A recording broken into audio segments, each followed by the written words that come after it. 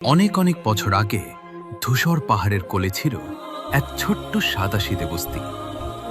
চারদিকে পাথুরে পাহাড়, ঠান্ডা বাতাস আর শান্ত নির্জন পরিবেশ। সেখানেই বাস করত এক গরিব কৃষক, মোস্তফা। মোস্তফার ঘর ছিল একটি ছোট্ট কুঁড়ে ঘর। সেখানে তেমন কোনো আসবাব ছিল না, শুধু একটি খাট, একটি মাটির হাঁড়ি আর একটি পুরনো চুলা। তবুও এই ছোট ঘরটাই ছিল তার পুরো পৃথিবী। মোস্তফার ছিল গ্রামের সবচেয়ে ছোট জমি। পাথরে ভরা সেই জমিতে খুব কষ্টে সামান্য ফসল ফলত, যা কেবল তার পেট ভরানোর জন্য যথেষ্ট ছিল। মোস্তফা ছিল একেবারে একা। তার স্ত্রী বহু বছর আগেই মারা গিয়েছিলেন। তার কোনো সন্তানও ছিল না।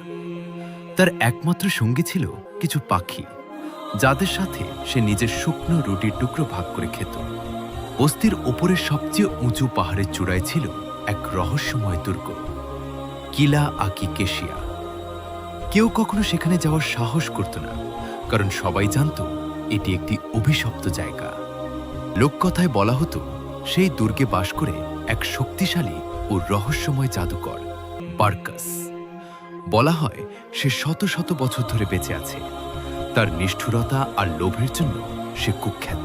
মানুষের বিশ্বাস ছিল যে কোনো মানুষ বা পাখি যদি সেই দুর্গের কাছে যায়, জাদুকর বার্কাস তাকে পাথরের মূর্তিতে পরিণত করে দেয়। একদিন রাতে ভয়ঙ্কর ঝড় উঠল। বাতাস এতটাই শক্তিশালী ছিল যেন পুরো বস্তিকে উপড়ে ফেলবে।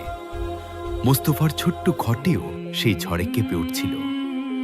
পরদিন সকালে মোস্তফা তার ক্ষেত দেখতে গেল, কিন্তু সেখানে পৌঁছে সে দেখল তার সব ফসল নষ্ট হয়ে গেছে। ঝড় সবকিছু উড়িয়ে নিয়ে গেছে। মোস্তফা ভগ্ন হৃদয়ে সেই ধ্বংসের দিকে তাকিয়েছিল। হঠাৎ সে একটি হালকা গোঙানির শব্দ শুনতে পেল, যেন কোনো আহত প্রাণী লুকানোর চেষ্টা করছে।